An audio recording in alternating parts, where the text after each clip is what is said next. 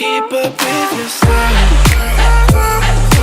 I can't keep up.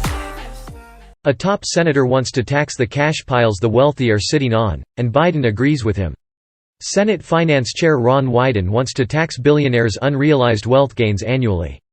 Biden said he supports the proposal as a potential method to fund Democrats' social spending bill.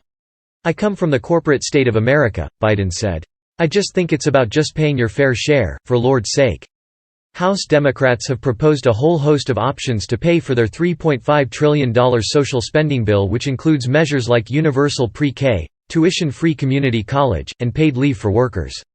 One of those options, proposed by Senate Finance Chair Ron Wyden, is a change to the way the government taxes earnings on assets like stocks and bonds. It would mainly affect the wealthy, because their wealth usually derives from investments more than salaries. The gains on those assets, which are called capital gains, are taxed at a far lower rate than income brought in through wages. The top marginal tax rate on income is 37%. Capital gains for the wealthiest Americans are taxed just up to 20%. A priority for me in these negotiations is making it clear that billionaires are not exempt from the general proposition that nurses and firefighters see every year, that they have to pay taxes regularly, Wyden told The Wall Street Journal. President Joe Biden is on board. On Friday, he lent his support for the measure in a press conference. It's similar to his earlier proposal to double the capital gains rate to 43%. House Democrats' proposal to fund their infrastructure plans would increase the capital gains rate from about 20% to 25%, and they estimated it would bring in $2.9 trillion.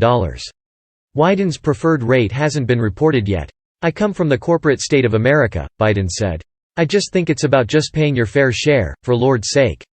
A 2019 analysis from the left-leaning Center on Budget and Policy Priorities said that capital gains taxes are effectively voluntary to a substantial extent, because the wealthy can either just not sell off those assets, or strategically sell them in periods where they will also see capital losses to avoid paying or lessen their tax burden. Under Wyden's proposal, unrealized gains would be taxed. Given Wyden's role as the top lawmaker in the Senate Finance Committee, he could be a key voice in pushing a stronger tax overhaul than House Democrats' tax framework. Biden has said that he wants tax hikes to level the playing field, while assuring that the superwealthy are still going to be able to have their three homes. In a unique move, White House economists released their own analysis this week of just how much America's 400 wealthiest families pay in taxes. On average, they pay about 8.2% in income taxes annually, far lower than the average rate of 14.3% that the Tax Policy Center found in 2015. The White House's methodology notably factored in assets, not just wages, into the billionaires' incomes, similar to the net worths taxed under Senator Elizabeth Warren's proposed wealth tax. Senate Majority Leader Chuck Schumer announced on Thursday that Democrats have a framework for paying for reconciliation, but he declined to provide details and said there are a menu of options available to fund the plans.